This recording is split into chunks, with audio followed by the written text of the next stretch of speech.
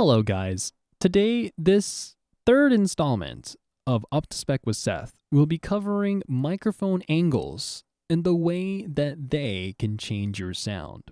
I will also be talking at an introductory level about the components that is called the element of a microphone and why it's important to locate where it is for you to get the best sound. This tutorial-esque kind of video covers more I guess you could say information that is going to be important for a home studio or when you purchase your own microphone, or if you're working with equipment that you've never used before. But trust me, this is all going to be super duper important and super duper useful for you at CGSW. So I'm going to be plugging in the same microphone we had from the previous episode. It's the Behringer XM8500. And we're going to be talking into this microphone as I showcase the different angles of a microphone and their role that they play in how we sound. I'm also going to be removing the grill so that I can show you the element. So we're going to cover the element first. The element of a microphone is basically a capsule, or you can kind of say it's the part of the microphone that captures the sound. And this is important to locate because it really does change how your voice sounds depending on where it's located and depending on how close it's located to your mouth and depending on like where you're holding it and how much off axis you're talking. You'll kind of notice that there'll be different ways of capturing your voice and different qualities of the voice as you move it around and talk into it. And it's kind of very interesting to do this kind of stuff because I guess not a lot of people really think about it, but it plays a big role knowing where it is. And this is not me saying that, or it's not me belittling anybody, but trust me, a lot of us have made these kinds of mistakes. I have made this mistake. I'm talking into the wrong direction of the microphone. When you talk into the wrong direction of the microphone and you're further away, around 3/5 away from the microphone, you'll notice that, I'm really quiet. I have to turn up my gain.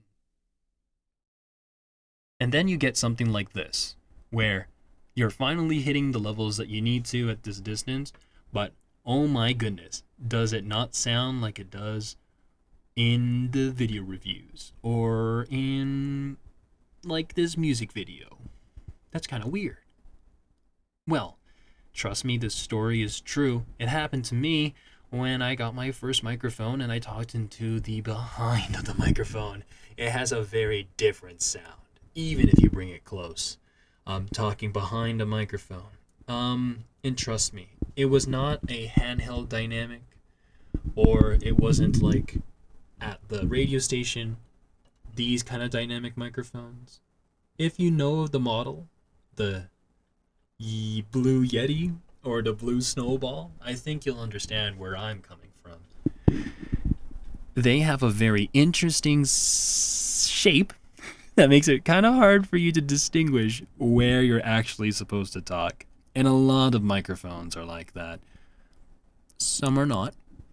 But still, it's very important to know where you're supposed to talk and where that element is located so that you can get the best sound. What a big difference it makes. Pointing the microphone in the right direction, right where the source, the talent, where what I want to capture.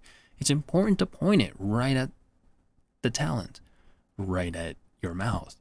And as soon as you bring it off axis at 90 degrees, you'll notice that it's just all that's being captured right now is actually just echoes. And you can kind of see that as I cover the element and then I remove my hand, it actually captures a lot more bass and a lot more of the high frequencies and stuff when I'm covering it. That's so weird. Why? Because we're not capturing the voice directly. We're capturing it as it's echoing in my room. So that's why it's important to know where the element is, and locating it is very, very simple. If it isn't going to be through video reviews or through well, taking it apart, which you don't need to do. If you want to know where you're supposed to talk on the microphone, you can simply start up your audio recording software. In this case, we have Audacity, and then we can just do a simple microphone test. This is me talking into the microphone right at the very end of the microphone. This is me talking into the microphone right at the very side of the microphone. This is me talking right at the very behind of the microphone.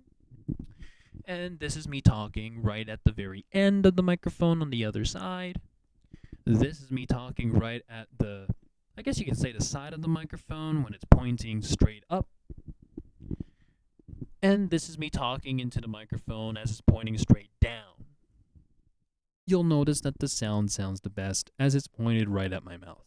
And trust me, not a lot of people know this. This very classic story where a lot of microphone YouTubers made fun of PewDiePie for talking into the wrong side of the microphone. The C414 is a very expensive AKG microphone that lists for around 1,700 USD. Brand new. PewDiePie owned that microphone, but he was sadly talking into the wrong side, and he got very, very bad sound, and he had a very bitter taste in his mouth. But then, miraculously, I think in 2019, he actually turned the microphone 180 degrees, and all of a sudden, it sounded perfectly fine. So, what have you learned? Well, as the element is not pointed at the source that you want to record, you might be thinking there's something wrong with it, or you might be tempted to boost up the gain to make up for the fact that it sounds very quiet. But in reality, it could just be you talking into the wrong side of the microphone. And again, these tutorials are here so that way you don't make these mistakes. And if you have, at least you can learn from them, and you now have one kind of technique for trying to locate where the element is, or the capsule. So, with that being said, why do I talk with the microphone at an angle like this? This is actually because this is a little bit of that microphone technique that is carrying over from the previous episode. As you breathe and as you do plosives, it gets very aggressive when you talk right on the microphone, which actually sounds the best. But the thing is, if you don't have proper microphone technique, you may catch a lot of breaths, or you might get lots of plosives that are very deadly. So, instead of killing our audience's ears, we can angle it to the corner of our voice or the corner of our mouth, and we can do so on the left or on the right. I'm more comfortable with it on my right, and you'll notice that it sounds pretty good. It doesn't sound as good as it being dead on, but man, it sounds good enough, and there's not a lot of wind that gets captured, and there's not a lot of plosives that get captured. You still need to apply a little bit of microphone technique, like the way that I roll my lips when I do my B's, but you don't need to stress out too much as when it's on it. If you hold it in the reporter style, you'll notice that at a certain distance it cuts off. So this is a no-no because it's not a front address microphone. It's an end address microphone. You're supposed to talk at the very end of it for it to be the best sound. And it's the same as our microphones at CGSW, such as the Shure SM7B. We have to talk directly at the very end of the microphone, not at the top, or not at the bottom, and not at the behind for sure, in order for us to get the best sound. But you can also change the qualities of the sound that your nose and your mouth make, depending on the angle of the microphone. What do I mean by this? Well, if we want to attenuate the voice more, we can actually point it down, and we can get rid of some of the nasal qualities that come out of the nose. And as you can see, I'm going to hold it right in the middle here, and I'm going to plug my nose, and you're going to notice that my voice changes. And I'm not doing this on purpose. This is actually how I normally talk. And when I remove it, it's going to sound perfectly fine.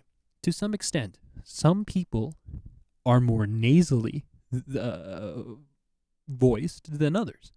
And that's not something to brag about. That's not something to make or poke fun of. That's just the way that some people talk. So, if you want to remove a little bit of the nasal qualities of the voice, you can actually angle it down just a little bit, and you can hold it at the corner of your mouth, and you'll not have a lot of those nasal frequencies being caught.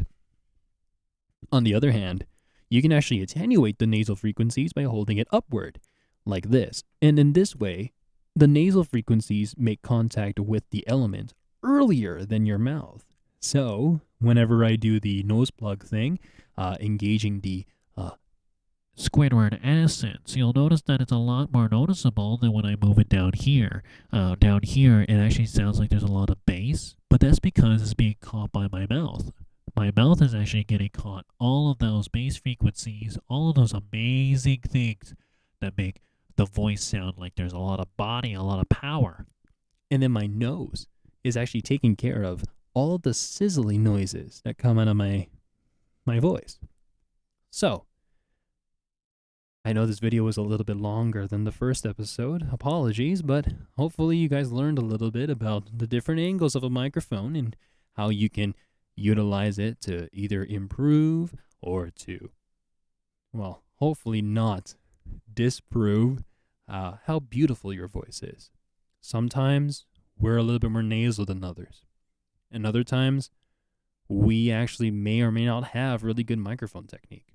But plosives and wind can be lessened by not talking directly into the microphone, but instead at an angle, pointed directly at the angle of your mouth, and also at the same time, talking at the right direction of the microphone is super duper important, so that way you get the best sound all the time.